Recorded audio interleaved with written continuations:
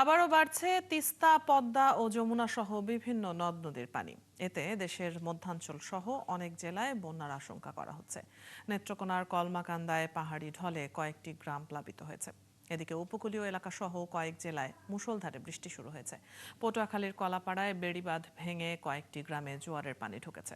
সহকর্মীদের পাঠানো তথ্য ও ছবিতে প্রতিবেদন।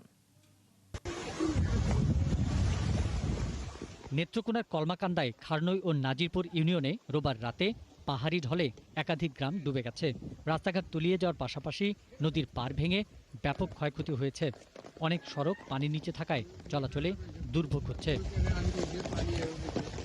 সোমবার সকালে কলমাকান্দা পয়েন্টে উবদাখালী নদীর পানি বিপদসীমার 15 সেন্টিমিটার উপর দিয়ে প্রবাহিত হয়। ফলে নিম্নাঞ্চলে বন্যা পরিস্থিতির আরও অবনতি হওয়ার আশঙ্কা করা হচ্ছে।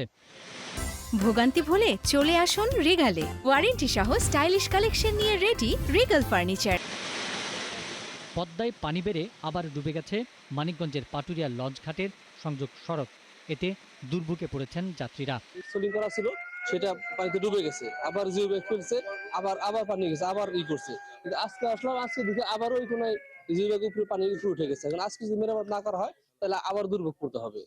এই যে দেখেন পরিস্থিতি, প্রত্যেকটা লোকিত। আমরা তো পুরুষ মানুষ, একটা মহিলা মানুষ, বাচ্চা কাচ্চা নিয়ে আসাটা অনেক।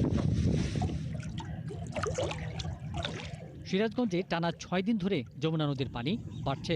গত 24 ঘন্টায় যমুনার পানি 82 থেকে 85 সেন্টিমিটার বেড়েছে। পানি উন্নয়ন বোর্ড বলছে, জেলার অন্তত 31টি ইউনিয়নকে বন্যার জন্য ঝুঁকিপূর্ণ হিসেবে চিহ্নিত করা হয়েছে।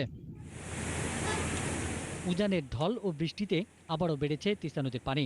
সোমবার সকালে নীলফামারীর ডালিয়া পয়েন্টে বিপদসীমার মাত্র 5 সেন্টিমিটার নিচ দিয়ে প্রবাহিত হয়। এ কারণে তিস্তা ব্যারেজের 44টি জলকপাট খুলে রাখা হয়েছে বলে জানিয়েছে পানি উন্নয়ন বোর্ড। পটুয়াখালীর কলাপাড়ায় সোমবারও বৃষ্টি অব্যাহত রয়েছে।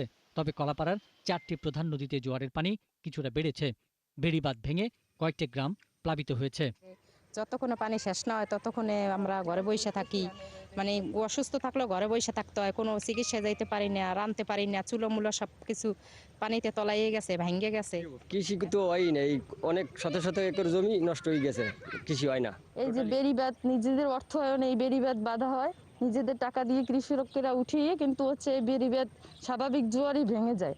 স্বাভাবিক জোয়ারে ভেঙে যাওয়ার ফলে প্রায় 250 থেকে 300 পরিবার জোয়ারের সময় একদম পানিবন্দী থাকে। পিন্টু হাজং, 71।